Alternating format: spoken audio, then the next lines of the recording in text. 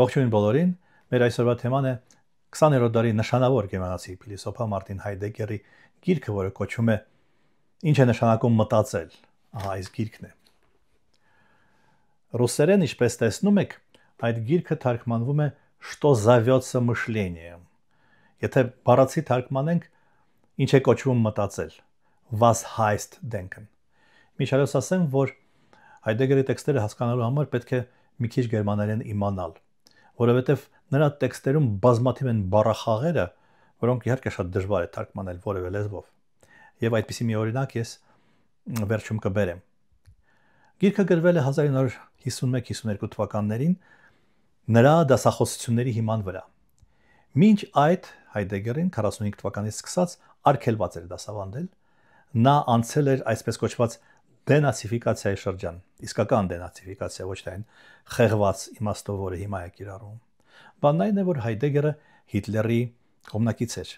համակրում էր Հիտլերին, եւ 33 թվականից նացիստական կուսակցության անդամ էր։ Նույն թվականին նա դարձավ Ֆրայբուրգի համալսարանի ռեկտոր։ Ճիշտ է, աշխատեց միայն 1 տարի ռեկտորի պաշտոնում, եւ դրանից հետո մինչեւ կյանքի վերջը, մինչեւ 75 թվականը առանձնապես քաղաքական եւ հասարակական ակտիվությամբ աչքի չեր ընկնում։ Հայդեգերը իհարկե գրքի մարդ էր, շատ ներփակված կյանք էր, մեկուսացված կյանք էր վարում եւ շատ արդյունավետ էր աշխատում։ Նրանից հետո մնացել է, պատկերացրեք, 100 հատոր, ոչ միայն նրա բուն գրքերը, այլև նրա դասախոսությունները, նոթատետրերը, օրագրերը եւ այլն։ Կոնկրետ այս գիրքը գրվում էր աշխարհի համար տագնապալի շրջանում, այն ժամանակ, երբ առաջին անգամ արդեն կիրառվել էր ատոմային զենքը եւ գերտերությունները իրար սպառնում էին ոչնչացմամբ։ Որքան էլ նա ակադեմիական գիտնական լիներ, այդ հանգամանքը չէր կարող իր ազդեցությունը թողնել առաջին հայացքից զուտ վերացական թվացող դատողությունների վրա։ Առաջ գրում էր նա. մենք ասում ենք, որ միայն մարդիկ են մահկանացու, իսկ մարդկությունը անմահ է։ Հիմա պարզվում է, որ մարդկությունը նույնպես մահկանացու է։ Առաջ պատերազմները ասպատակում էին քաղաքները, փլուզում էին տերությունները, ոչնչացնում էին ազգերին, բայց ոչնչացած տեղը, այսպես նվաճած տարած, գալիս էին հաղթողները, գալիս էին ուրիշ մարդիկ եւ կյանքը շարունակվում էր։ Հիմա կա ռեալ վտանգ, որ կլինի անապատ, իսկ անապատից հետո ոչ մի բան չի լինում։ Անապատը մեծանում է, դրանք Նիչեի խոսքերն են եւ բազմիցս Հայդեգերը դրանք մեջբերում է։ Փիլիսոփան փնտրում է դրա հոգեվոր արմատները եւ այստեղ Հայդեգեր խոսում է ներկայի, արկայի բացարձակացման մասին։ Ընդհանրապես ներկան արկան գերմաներեն դազայն, որը ռուսերեն երբեմն թարգմանվում է որպես присутствие։ Նրա փիլիսոփայական հիմնական հասկացություններից մեկն է։ Սուբյեկտը մերժում է անցյալը հանուն ներկայի արկայի։ Պարզ օրինակ, առաջ համարվում էր, որ մարդը չի ընտրում իր ընտանիքը, հայրենիքը, կրոնը, սեռը։ Այսինքն դրանք գոյություն ունեն սուբյեկտից առաջ, գոյություն ունեն անցյալում, որպես անցյալ, որպես պատմություն, որպես ավանդույթ եւ կանխորոշում էին սուբյեկտի վարքը։ Հիմա, այսինքն հիմա ասելով 1950-ական թվականներից սկսած մինչև հիմա, սուբյեկտն ինքն է ամեն ինչ ընտրում եւ այս պահին, հենց այս պահին կերտում է իր հոգին եւ նույնիսկ մարմինը, ինչպես գիտեք։ Եվ այստեղ գալիս է վրեժխնդրություն հասկացությունը։ Սուբյեկտը վրեժ է լուծում, ոչնչացնում է անցյալը, այն ամենը, ինչը խանգարում է նրան լինել ինքն իր պատճառը։ Եթե անցյալը մոռացվում է, ապա չկա ընտրություն նաև ներկայում։ Դու շարժում ես մի հատ արահետով, մի հատ աղուրով, եւ չկա ապագա, որովհետեւ կա միայն ներկայի շարունակությունը։ Ահա այս վրեժխնդրության հաղթահարման խնդիրն է դրել Հայդեգերը։ Ինչպես դա անել։ Պարզ պատասխանն է իհարկե մտածելով, բայց այստեղ էլ խնդիր կա, որտեվ հենց որ մենք սկսում ենք ինչ-որ մի բանի մասին մտածել,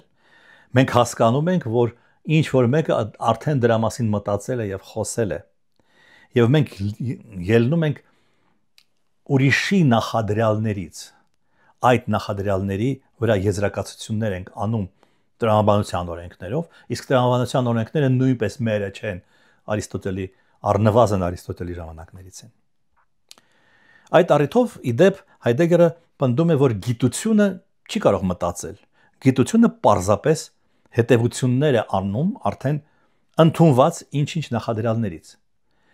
Որոշ մեթոդներ կիրառելով, իսկ մեթոդը էլի տվյալ գիտնականը չի որոշել, նա չի հայտնաբերել մեթոդը։ Բայց մենք սկզբունքորեն այնուամենայնիվ լավատեսորեն շարունակում է փիլիսոփան, ի վիճակի ենք մտածել։ Դրա համար պետք է մտածողության թռիչք իր դասախոսություններում հենց այս գրքի, այս գրքում նա ուսանողների համար բերում է հետևյալ օրինակը, որպեսզի սար բարձրանաս, դու պետք է ստորոտում որոշ ժամանակ մարզվես, բայց այդ մարզվելը չի ապահովագրում, որ դու անպայման պիտի բարձրանաս, դա ոչ բոլորին է տրված։ Որ մարդը մտածող էակ է, ապացուցում են հազվադեպ ճեղքումներով ապացուցվում է, մտքի սխրանքներով, որոնք մենք ունենք իդեմս մեծ մտածողների։ Եվ այստեղ Հայդեգերը առանձնացնում է Սոկրատեսին, մասնավորապես այն պատճառով, որ Սոկրատեսը ոչ մի բան չէր գրում, որովհետև գրելը նույնպես ենթադրում է որոշակի արդեն գոյություն ունեցող կանոնների, ոչ սեփական կանոնների կիրառում։ Մինչդեռ Սոկրատեսը իրեն նվիրել էր մաքուր մտածողությանը, որը չի կարող լինել նույնիսկ շատ բարձրաձայն։ Բարձրաձայն ցածրաձայնի մասին մի կողմից գրում է փիլիսոփան, եթե մենք դատում ենք մտածողությանը, դատ ենք անում մտածողության վրա, ապա պետք է գոռանք, պետք է բղավենք։ Բայց մյուս կողմից մտածողությունն իր մտածածը չի կարող արտահայտել գոռալով։ Եվ այստեղ Հայդեգերը դարձյալ մեջբերում է Նիցշեին, շատ հայտնի ասույթ է, ես կասեի։ Գրում էր Նիցշեն այսպես. ամենացածրաձայն բառերն այն բառերն են, որոնք փոթորիկ են առաջացնում։ Մտքերը, որոնք քայլում են աղավնու քայլերով, իշխում են աշխարհում։ Հայդեգերը գալիս է այն եզրակացության, որ մտածողությունը երախտագիտություն է։ Եվ այստեղ գերմաներեն մի քանի բառի զուգորդում է. Dank, շնորհակալություն, եւ denken, մտածել։ Մտածելով մենք ընդունում ենք պարգևը շնորհակալության։ Պարգևը ինչն է? Անցյալն է, հիշողությունն է։ Մենք կարող ենք ընդունել պարգևը առանց շնորհակալության եւ դա ստրկություն է։ Մենք կարող ենք պարգևը ագրեսիվ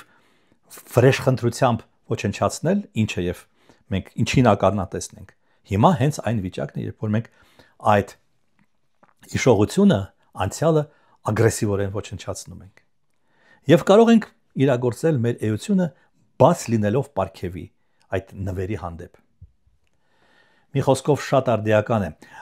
Հայդեգերը կանխատեսում էր, որ իր գործերը արդիական կլինեն հաջորդ տասնամյակների ընթացքում։ Ինձ թվում է շատ ճիշտ կանխատեսում է։ Լավ մնացեք։